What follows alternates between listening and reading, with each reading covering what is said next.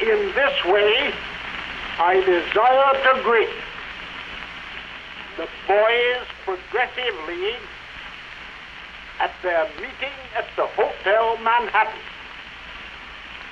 I feel that the Progressive Party should appeal peculiarly to the young men and therefore to the boys who are to be the next generation of voters. The principles for which we stand are the principles of fair play and a square deal for every man and every woman in the United States. A square deal politically, a square deal in matters social and industrial. I wish to see you boys join the Progressive Party and act in that party and as good citizens in the same way I'd expect any one of you to act in a football game. In other words, don't flinch, don't foul, and hit the line hard.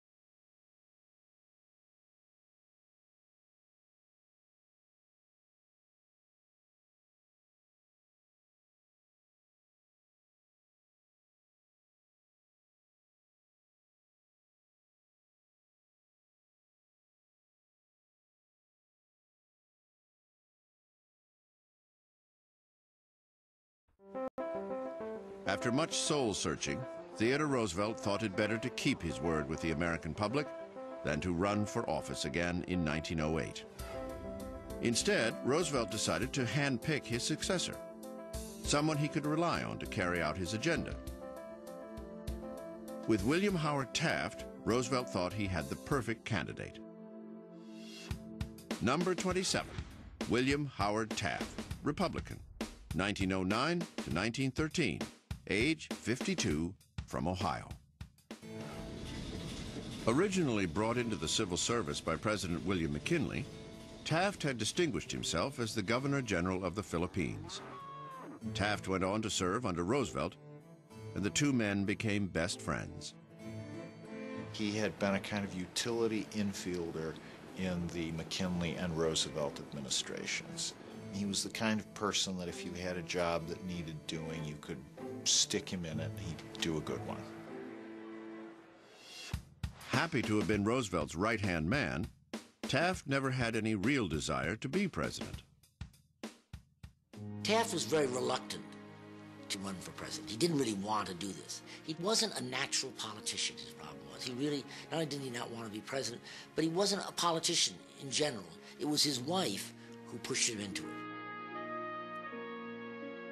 Taft's wife, Nellie, had always dreamt of living in the White House. Ironically, soon after Taft's inauguration, Nellie suffered a stroke and was never able to enjoy the First Lady lifestyle she had wanted so badly. A lawyer by trade, Taft's one ambition had always been to be a Supreme Court justice. He said once that a good judge is our model in our minds of what God is like. Not that he, aspired to be divine or anything like that, but he thought that a good judge was the highest human type, and that's what he wanted to be. As president, Taft took a narrow legal route in all matters, quite different from the precedent-setting Roosevelt. In truth, the two men were opposites in almost every way. Roosevelt was famous for his athleticism. while Taft was often ridiculed because of his weight. Taft had a long experience as an overweight man. He was big all his life. And he had a great sense of humor about that and about everything. He would love to tell the joke about being on the streetcar. He said, I got up and I gave my seat to 3 ladies. But once in the White House, Taft's jovial personality began to falter, largely because he hated the glare and scrutiny of the intense political spotlight on the presidency. He became grumpy and depressed, and of course, he ate more and more and more. And he gained 100 pounds, up to 355 pounds. This was a symptom of his unhappiness. In what must have been the ultimate humiliation, Taft once had to be pried out of the White House bathtub. They finally put in a new bathtub in the White House that was reputed to be as big as a small swimming pool. Taft's discomfort in the presidency was also apparent in his weak leadership. He generally, as a rule, delegated responsibility, and he allowed most of his cabinet members to pretty much do as they pleased. Taft fretted over making decisions and often procrastinated. He believed the president's job was merely to uphold the Constitution. Groundbreaking policies set by the freewheeling Roosevelt were slowly starting to reverse under Taft. And TR was like a pot boiling over, watching Taft dismantle a lot of the programs and agendas that he had set. And he wanted revenge on Taft, and he got it. Well, Taft may not have enjoyed being president, but he doesn't want to be bullied out of it by Teddy Roosevelt. Taft himself probably would not have run for the presidency had he not been so angry by Roosevelt's increasing criticism of his administration. The former best friends battled each other for the Republican nomination in 1912. It became so ugly that at one point, Taft broke down in tears. It was particularly sad, the renomination process, because Roosevelt, being the combative fellow he was, began to speak more and more ill of Taft, and he publicly called him a fathead, a dimwit, a puzzle wit, and a man with brains of about 3 guinea pig power, which was devastating to Taft.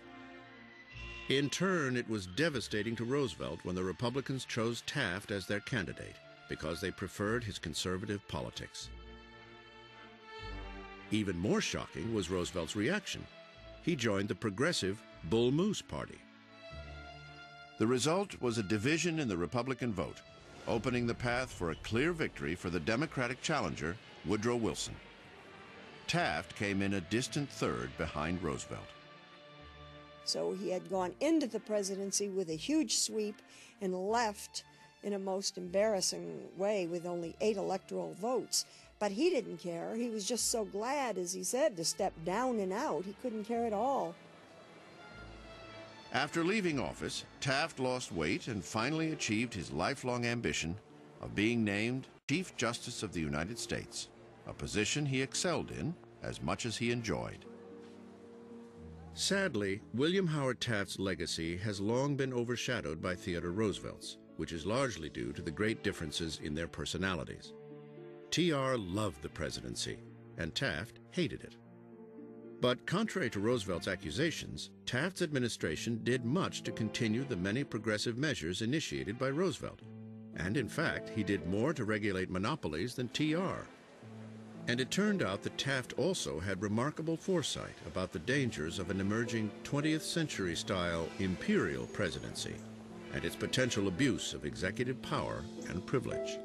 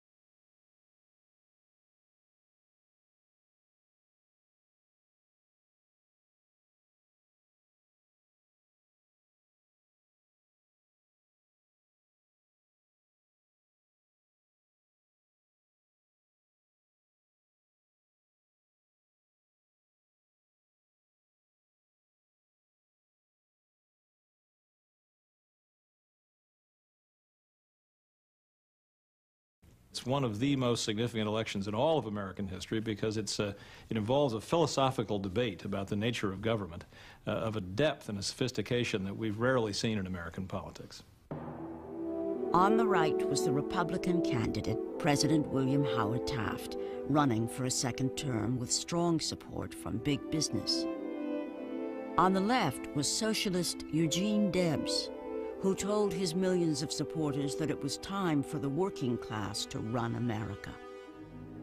Two candidates were trying to win the voters in the middle. One was Wilson. The other was former President Theodore Roosevelt, running as leader of his new Bull Moose Party. Both Roosevelt and Wilson were reformers. It was the only thing they had in common. Where Roosevelt was blustering and charismatic, Wilson often seemed cold and distant. Where Roosevelt was a baby kisser and backslapper, a reporter had once said that shaking Wilson's hand was like shaking a dead fish. Wilson was painfully aware of their differences. He appeals to their imagination. I do not. He is a real, vivid person who they have seen and shouted themselves hoarse for and voted for millions strong. I am a vague, conjectural personality, more made up of opinions and academic prepossessions than of human traits and red corpuscles. I think they were two very different personalities. Roosevelt had a reputation of being one of the most kinetic, if not frantic, political personalities of his era. Wilson was much more cerebral, much more careful and precise. But beneath that scholarly demeanor of his, there was quite a passionate individual, passionate about politics, and often passionate about his own personal life. As Election Day neared, the Roosevelt camp came into possession of one of Mary Peck's steamy love letters to Wilson, which was apparently stolen from Wilson's luggage. Roosevelt's advisors urged him to release the letter to the press. But Roosevelt refused. It was hopeless, he said, to convince the public that a man who looked like a drugstore clerk was, in reality, a Romeo. They didn't release the letters, and I think that's why most people have trouble seeing Woodrow Wilson as this passionate man, because he did look like the druggist on the corner, you know. He was very academic, those steel-rimmed glasses, he always seemed very serious, but he was an extremely passionate person. Wilson's best hope against Roosevelt was to speak to Americans in person. He crisscrossed the nation, warning his audiences that big business was cutting average Americans out of their fair share of the nation's wealth. We must choose whether we shall continue to have our affairs dominated and determined by small groups of men, or whether we shall again assert the individual independence of the American people in the conduct of their business and their politics. Wilson promised Americans a new freedom, a new opportunity for the average person to get ahead in the world. The difference between Theodore Roosevelt and Woodrow Wilson at that time was that Woodrow Wilson wanted to enact a very tough antitrust law to break up the big corporations into smaller units. Then the government could sit back and have a kind of self-regulating economy so that smaller business people, the man on the make, he used that phrase a lot, could have an opportunity to realize their full potential. This is part of what he meant by the new freedom. Wilson spent Election Day at the governor's home in New Jersey. After dinner, he read Ellen and his daughters a poem by Browning about the importance of accepting God's will. Indeed, the special marking of the man is prone submission to the heavenly will, seeing it, what it is, and why it is. Nellie was the first to hear the sound that signaled the outcome of the election. I heard the first muffled tone of the bell of Old Nassau Hall. Another moment, it was ringing like a thing possessed. I ran to one of the front windows. In all directions, there were people coming. Swarms had already invaded the little garden and were crowding around the porch.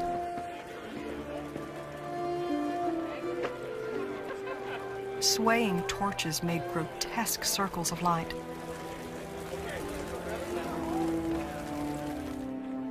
And there, a red glare shining full on his face, was Father.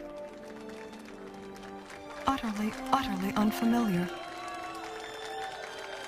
He was no longer my father. These people, strangers who had chosen him to be their leader, now claimed him. He belonged to them.